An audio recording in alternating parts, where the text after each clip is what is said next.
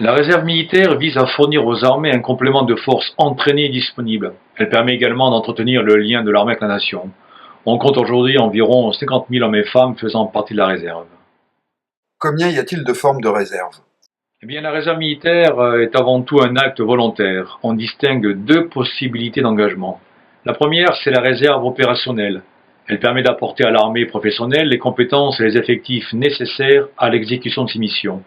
Ces réservistes signent un contrat d'engagement, ils portent la tenue militaire et sont payés en fonction de leur grade comme militaires en activité. La deuxième, c'est la réserve citoyenne.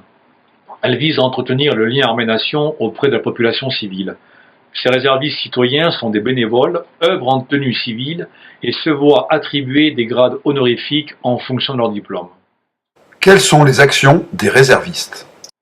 On peut dire que l'action des réservistes s'effectue dans 4 domaines d'emploi. Premièrement, ils assurent la continuité de la mission des forces armées. Deuxièmement, ils interviennent lors de situations de crise, comme les réservistes affectés à la DMD 48 par exemple. Troisièmement, ils apportent une expertise sur des spécialités peu communes. Enfin, quatrièmement, ils entretiennent le lien armée-nation, mais c'est plutôt le rôle pour ces derniers des réservistes citoyens. Est-ce facile d'être réserviste quand on travaille?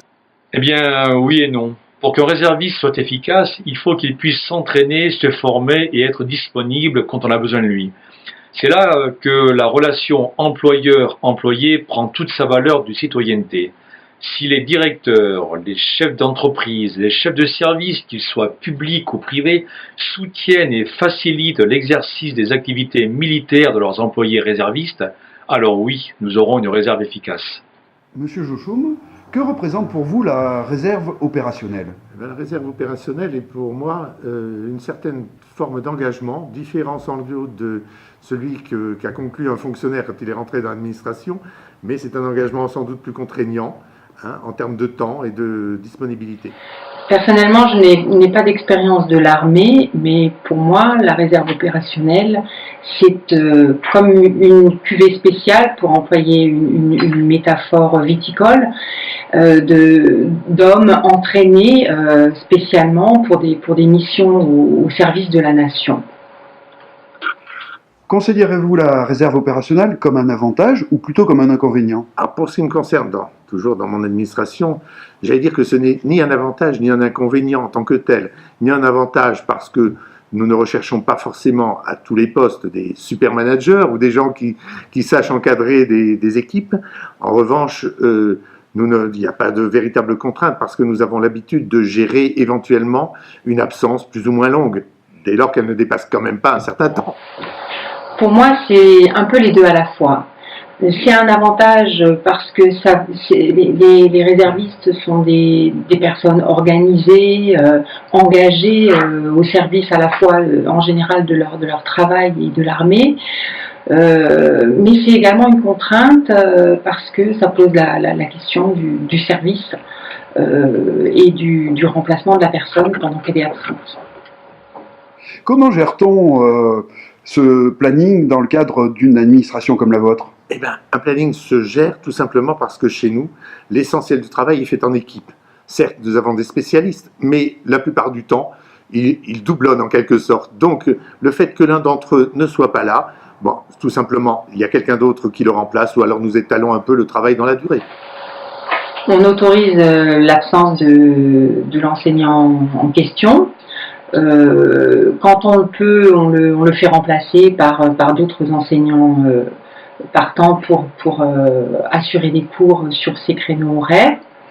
Et surtout, on fait confiance à la personne pour qu'elle assure la complétude de la formation dans le cadre du restant du service qui lui est imparti. Mon colonel, vous êtes réserviste à la délégation militaire départementale de Mende, mais que représente la réserve opérationnelle pour vous? Un moyen de prolonger une aventure humaine unique que j'ai vécue pendant 38 ans au sein de l'armée d'active, et puis aussi prolonger un sentiment d'utilité au travers d'un acte de civisme, aussi modeste soit-il, où je peux apporter mon expérience, l'expérience que j'ai acquise avant de quitter l'uniforme, et celle que j'ai acquise depuis au sein d'une entreprise civile. Alors pour moi, c'est avant tout un complément de la vie professionnelle et familiale. C'est l'occasion de servir la population, ce que nos métiers aux uns et aux autres ne permettent pas toujours de faire. Et d'un point de vue intellectuel, c'est aussi confronter les méthodes de raisonnement civil et militaire pour apporter finalement, dans tous les domaines, des solutions originales. Pour moi, la réserve opérationnelle, elle représente deux choses. D'un côté, elle représente l'engagement que je mets au service de la nation, et elle représente aussi l'exercice de mon acte de citoyenneté. Je mets en fait mes compétences civiles au service de l'armée, et je profite de ce que j'apprends à l'armée, c'est-à-dire la rigueur, l'organisation, l'esprit d'équipe, la camaraderie, et je le mets au service de mon activité civile.